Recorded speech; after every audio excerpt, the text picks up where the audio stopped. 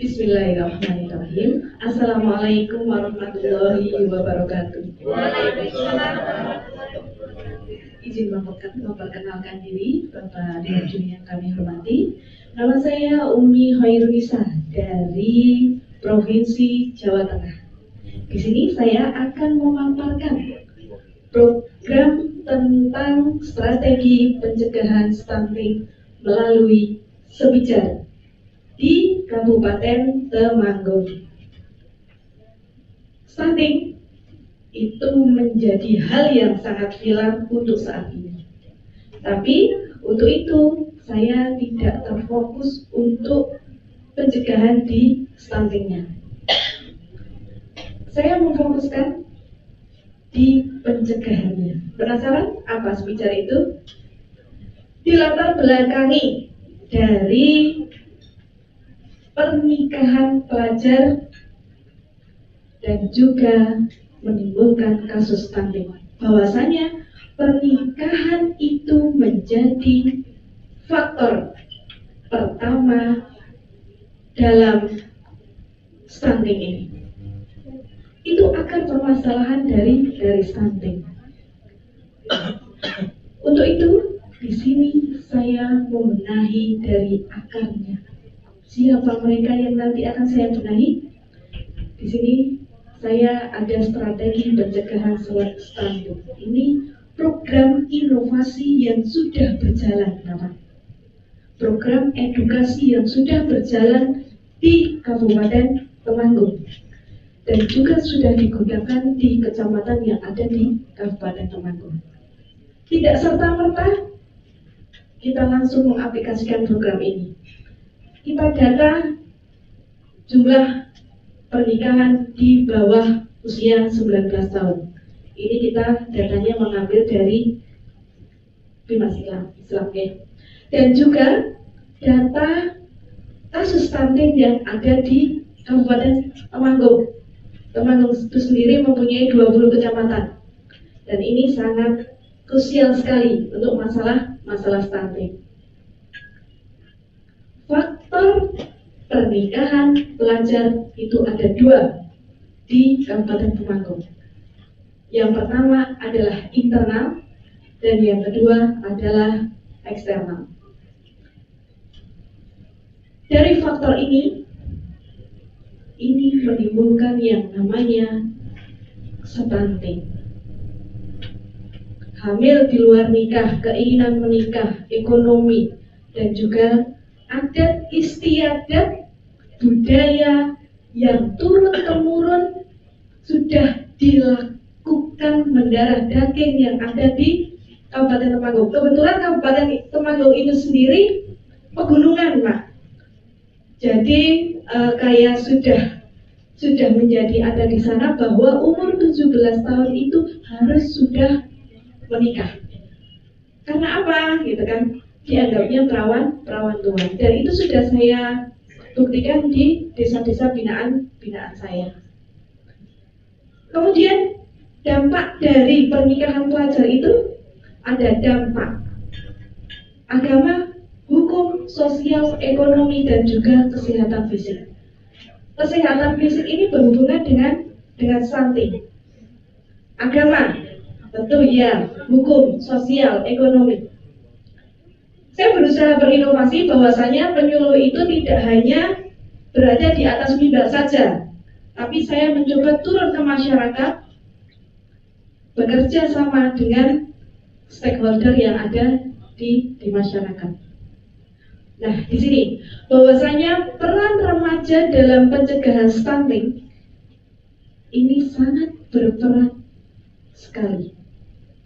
Karena apa? Remaja satu sebagai agen perubahan, pemeran generasi, kemudian calon orang tua. Kita kemas semua ini dalam program yang namanya Sebijar. Kita mempunyai target di sini. Target pertama adalah pelajar santri pondok pesantren, kelompok binaan, remaja, dan juga masyarakat umum. Bentuk kegiatannya kita tidak hanya sosialisasi saja. Kalau sosialisasi selesai sudah bubar jalan. Tapi kita di sini ada diskusi, konsultasi, dan juga melakukan pendampingan. Bentuk kegiatannya kita identifikasi wilayah dulu. Kira-kira mana yang rentan dengan stunting dan juga mana yang rentan dengan pernikahan pelajar. Kita pun ada evaluasi di situ. Jadi program ini tidak hanya mentah saja, tidak. Kita punya indikator. Indikator yang pertama tentang program ini bahwasanya jumlah pernikahan pelajar dari tahun ke tahun itu menurun. Jumlah anak terindikasi stunting itu menurun. Jumlah pelajar yang melanjutkan pendidikan ke jenjang yang lebih tinggi itu meningkat. Dan yang terakhir, ini tingkat pemahaman pendidikan seksual dalam perspektif Islam itu meningkat. Jadi remaja sebagai agen perubahan itu paham dengan indikator ini. Ini data di mana kita sudah melaksanakan program ini baru 26 dan data yang sampai bulan ini belum saya tulis lagi bahwa kita sudah 26 titik melaksanakan program ini di wilayah Kabupaten Temanggung. Ada kurang lebih 1.000 peserta ya Pak, 1.000 peserta yang sudah mengikuti kegiatan sepijar ini. Kita tidak hanya sendiri, penyuluh menggandeng stakeholder lintas sektoral, dan itu benar-benar pure, tidak ada anggaran penyuluhnya, tidak ada. Kalau misalkan sama berkaitan beririsan dengan BRUS gitu ya Pak. Kalau BRUS kan ada ditanya, kalau ini nggak ada Pak, gitu. Karena ini program inovasi. Nah, kita juga menggandeng organisasi-organisasi yang ada di masyarakat. Capaian pelaksanaan program, nah ini kita ambil datanya, itu tidak semata-mata kita buat grafik. Tapi di sini jumlah nikah di bawah umur itu kita ambil dari data BIMAS, kasus stunting kita ambil dari DKK di DKK Kabupaten, kemudian melanjutkan pendidikan lebih tinggi kita ngambil sampel dari sekolah, peserta yang kita bina di sekolah-sekolah. Datanya juga ada, data dari sekolahan anak-anak yang melanjutkan pendidikan ke jenjang lebih tinggi. Ini tidak hanya 1-2 kali, tapi ini kontinu Pak. Kemudian perspektif pendidikan dalam perspektif Islam, kita dapat datanya dari mana? Setiap kita kegiatan itu kita selalu memberikan yang namanya post-test maupun pre-test. Nah, di situ pencapaian programnya.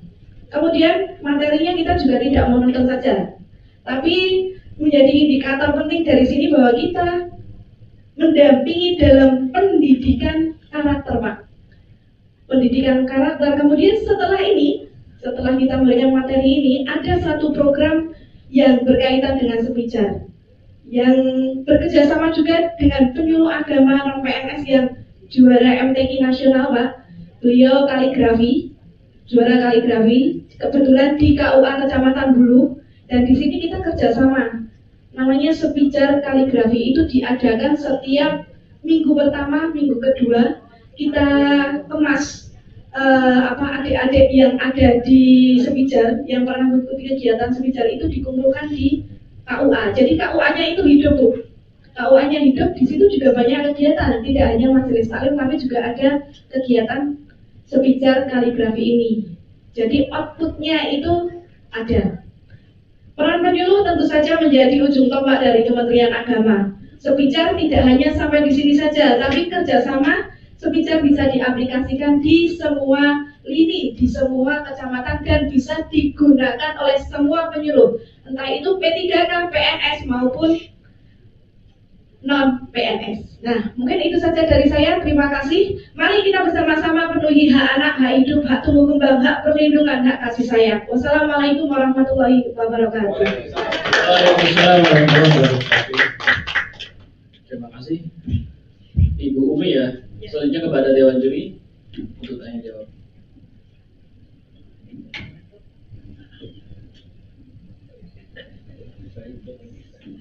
Ya, sekali satu aja. Ini apa? Cukup bagus sekali. Cuma memang ini saya di slide berapa nih? Itu Sepijar itu singkatan ya? Ya, Sepijar itu Sekolah Pencegahan Pernikahan Pelajar. Oke, sekolahnya informal kan ya? Ya, informal Pak, itu wadah Pak. Oh, jadi Ya. ibu datang ke sekolah-sekolah, aktivitas ibu menamai dirinya dengan si pijar. Sepijar Pak, Ya. Sepijar. Tidak hanya sekolah Pak, Mana? pondok pesantren dan juga desa-desa juga. Bentuk kegiatannya sosialisasi, diskusi, konsultasi, pendampingan. Nggak repot, biasa aja. Ini cuma keliling-keliling doang kerjaan itu. Ya, juga repot untuk sosialisasi, diskusi, konsultasi, pendampingan. Cuma itu doang. Yang Ya. lain-lain itu cuma konsep tentang apa itu stunting, efek stunting, kemudian apa itu materinya ibu sudah deskripsikan. Ibu kalau mau ke belakang silakan. Mana? Nggak apa-apa ya? Nggak apa-apa, saya terima kok Pak. Iya,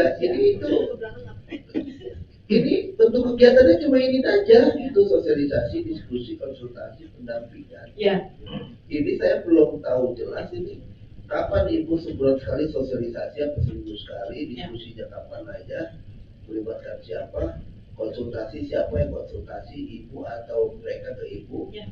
Pendampingan ini ada orang yang apa namanya, ada teman-teman yang misalnya perlu komunikasi, apakah ibu hadir di situ, kapan, di mana, ini yang nggak nampak oh gitu. Ya. Ibu sih sudah kasih tahu nih tanggal-tanggalnya pelaksanaan dari tahun 2002, 2003 Ya. ada tanya ibu. Cuma ini kan frekuensi dari apakah ibu punya satu rencana dalam 1 tahun ini targetnya ini, sosialisasi yang akan saya lakukan di zona ini, Ya. itu yang belum nampak. Ya. Artinya ibu masih lagi ada mood-moodnya aja nih, kesana yuk, kesana. Siapa sekolah yang siap, berangkat, gitu doang kelihatannya. Ya, kelihatannya ya Pak ya. kelihatan. Ya. Boleh saya menjelaskan Pak? Boleh. Boleh. Jadi awal mula dari Sepijar itu lahir 20 September 2022. Itu program memang saya inisiasi karena saya melihat maraknya stunting dan juga kasus pernikahan pelajar di Kabupaten Temanggung itu sendiri. Memang kegiatannya itu sifatnya klasik ya Pak, kegiatannya klasik. Tapi kita bikin asik di situ, biar anak-anak itu paham dan juga dirangkul Pak. Bagaimana mereka itu, walaupun kegiatannya itu klasik, tapi mengasihkan Pak. Karena kita tidak hanya kita datang ceramah, itu tidak. Kita memberikan kegiatan pelatihan-pelatihan. Kita punya tim Pak, kita punya tim Sepijar. Yang ini nantinya itu bikin konsep Pak di sini. Tidak hanya kita ke sekolahan sana, tidak. Jadi kita memetakan Pak. Kita identifikasi wilayah dulu. Kira-kira mana yang akan kita kunjungi. Saat ini bahkan banyak permintaan untuk mengisi kegiatan Sepijar itu. Ini kita punya tim juga. Tim yang membuat, gitu kan? Bukan yang membuat, yang mengisi saya. Tim yang ada di kegiatan Sepijar, dan kegiatan Sepijar itu menjadi program dari Pak Jawi itu sendiri, bahwasanya ini kegiatan untuk remaja. Kita tidak memberikan materi yang itu, kita ajak keluar Pak. Kita pernah ajak keluar anak-anak, kita ajak outbound, kita berikan di situ. Untuk apa? Materi yang kelihatannya sederhana itu nanti akan membekas ke anak-anak, bahwa mereka itu akan terbentuk karakternya. Karena dari pernikahan pelajar ini tidak hanya hatinya yang kena kalau misalkan gagal dalam pernikahan ini, tapi mentalnya juga akan terganggu. Kita mencoba mengemas, kita mencoba mendampingi anak-anak itu agar bisa memetakan peta impian Pak, bisa memetakan peta impiannya. Sebenarnya kalau waktunya dulu videonya saya juga ada Pak, gitu. Iya. Itu Bapak. Iya, terima kasih. Ya sedikit Ibu apresiasi ya. Tulung Agung ini sudah beberapa yang Temanggung. Temanggung nggak? Temanggung. Temanggung. ya? Iya, Temanggung. Temanggung beda ya? Beda. Iya. Temanggung, Jawa Tengah, Bapak. Saya sudah beberapa ini banyak yang memiliki potensi, teman-teman penyuluh ya, memiliki kemampuan menginovasi program-program kerjanya. Ya termasuk itu juga, mohon maaf, saya agak saya acung jempol untuk Ibu. Di sini kita lihat, menurut saya Ibu agak cukup lengkap ya ketimbang apa yang sebelum-sebelumnya. Itu data cukup lengkap dan cukup bagus ya dalam pembuatan papernya. Tadi Ibu menyinggung, kan kita tahu bahwa hobis kita Ibu penyuluh semua ada di KUA kan ya. Bagaimana terkait dengan aktivitas masyarakat yang berkonsultasi ke Ibu, kan yang seringan ini nampaknya seringan ke luar ya, pondok pesantren, ke sekolah dan kelompok-kelompok masyarakat lainnya, majelis taklim dan seterusnya.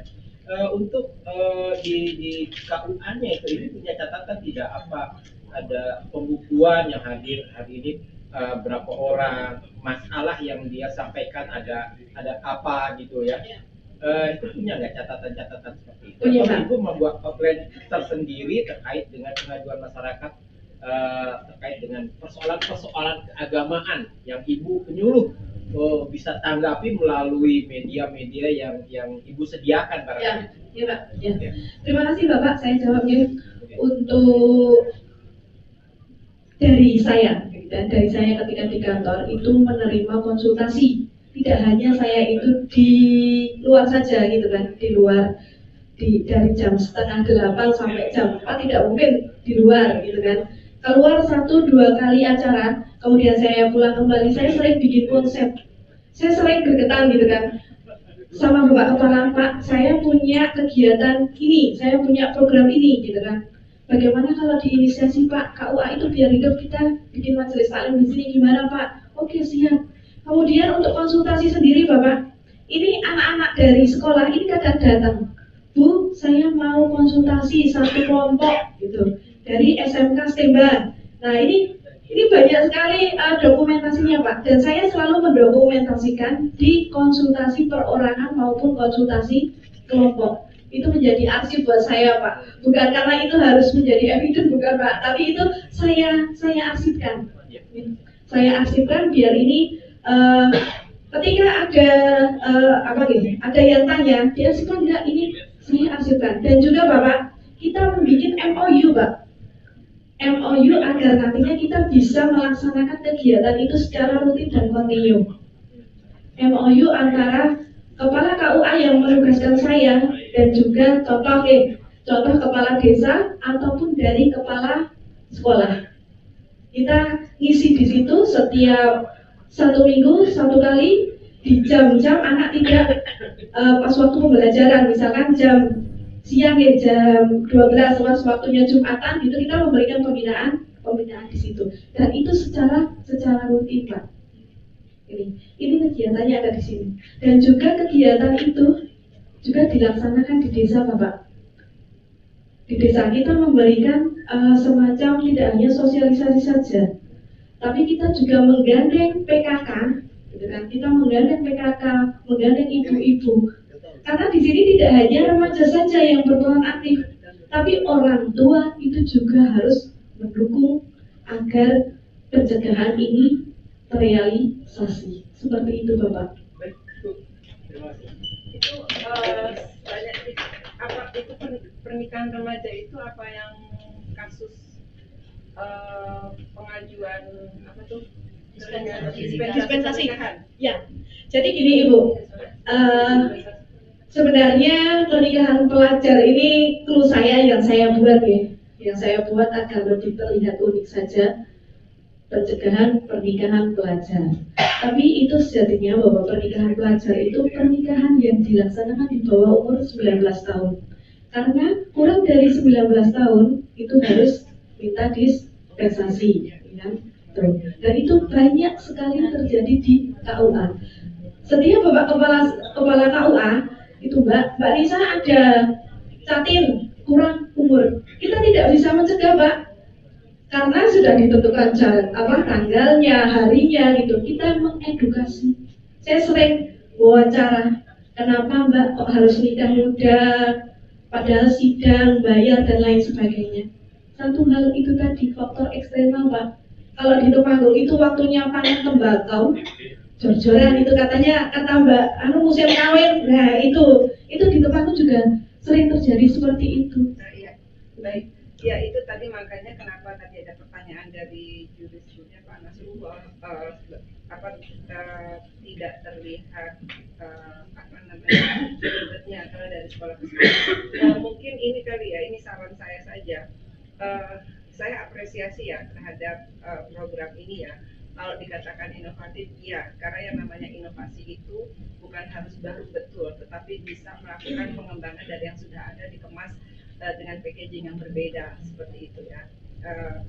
Saya apresiasi. Nah, mungkin ini bisa dibuat, dilembagakan melalui KUA. Jadi kesannya tidak seperti ngamen dari sekolah ke sekolah seperti itu. Jadi ketika orang yang mendengar, adanya di KUA ini, itu punya program, ada lembaganya, itu jauh kemudian bisa jadi lebih cepat besar, dan kemudian akhirnya bisa nanti kemungkinan bisa menjadi NGO yang dibina oleh KUA tersebut. Itu seperti itu.